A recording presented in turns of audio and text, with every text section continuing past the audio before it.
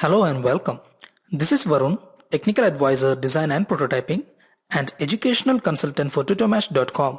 In this session, we will be discussing about surface modeling using AutoCAD. There are several ways to create surface in AutoCAD. The first method that we will learn in this session is 3DFACE. 3DFACE creates a 3-sided or a 4-sided surface in a 3D space. That means you can actually point the 3 points or the 4 points to plot a surface. As you can see in the image given here, the wireframe model only models the framework of the object, and we must use the surface modeling to create the surface of the object. Now let's see these options in the software. Consider I have done with the wireframe modeling of a cuboid like this. Now when you check in the visual styles and change this to shaded, nothing literally happens. That's because it's just the wireframe. That means it is only the framework of the object. So we must do the surface modeling to give the surface to the required object.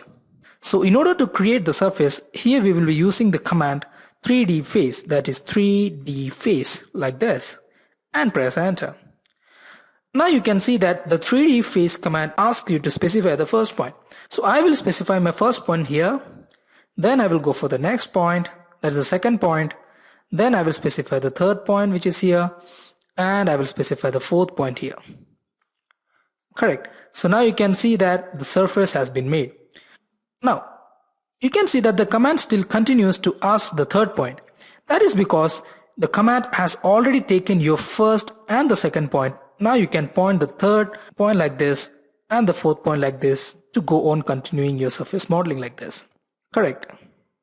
So that means 3DFACE is a continuous command which you can use in one shot to complete your object. Now let me view the object from the northeast isometric, that is this one.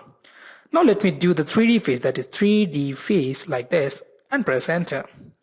I will show my first point here like this, second point here, and now I will show my third point here. And going for the fourth point, this one, you can see that the surface comes like this. That means you must remember that while using 3DFACE, you have to give your points in a cyclic order. Then only your surface will be made correctly, else you will face these difficulties. Right. So like this, you can use 3DFACE to cover your wireframe object and create the surface. So that's the end of this session, and we hope you understood well. Keep posting your queries and feedback, and for more videos, log on to www.tutormash.com. Thank you.